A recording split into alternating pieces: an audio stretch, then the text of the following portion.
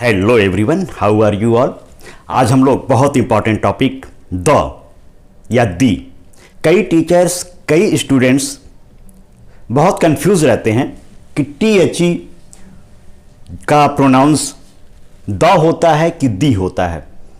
इस बारे में मुझे बहुत ज़्यादा कमेंट्स आता है कि सर आप ये बताइए कि THE को द पढ़ें कि दी पढ़ें।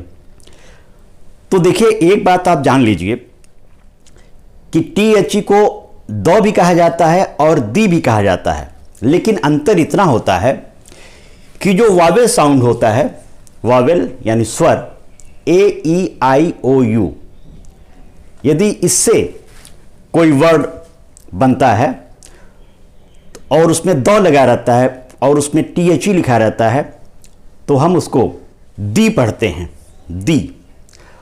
और जो कॉन्सोनेंट्स होते हैं, व्यंजन होते हैं, उससे जो शब्द स्टार्ट होते हैं उसके पहले यदि THE लिखा हुआ है तो उसको द कहते हैं, उसको प्रोनाउंस द पढ़ते हैं।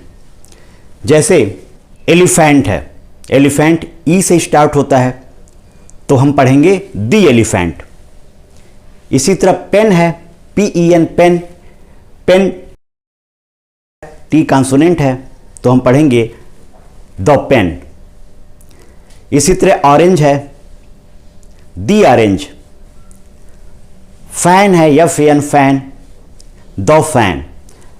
तो आप समझ गए कि जो कॉन्सोनेंट साउंड वाले हैं उनके लिए द बोलते हैं और जो वावेल साउंड वाले हैं शब्द, उनके साथ दी बोलते हैं।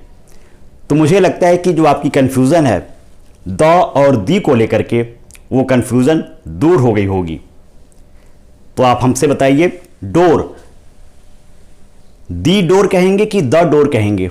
विंडो, विंडो में यदि THE लगा है द विंडो कहेंगे कि दी विंडो कहेंगे। आप कमेंट करके जल्दी मुझे बताइए।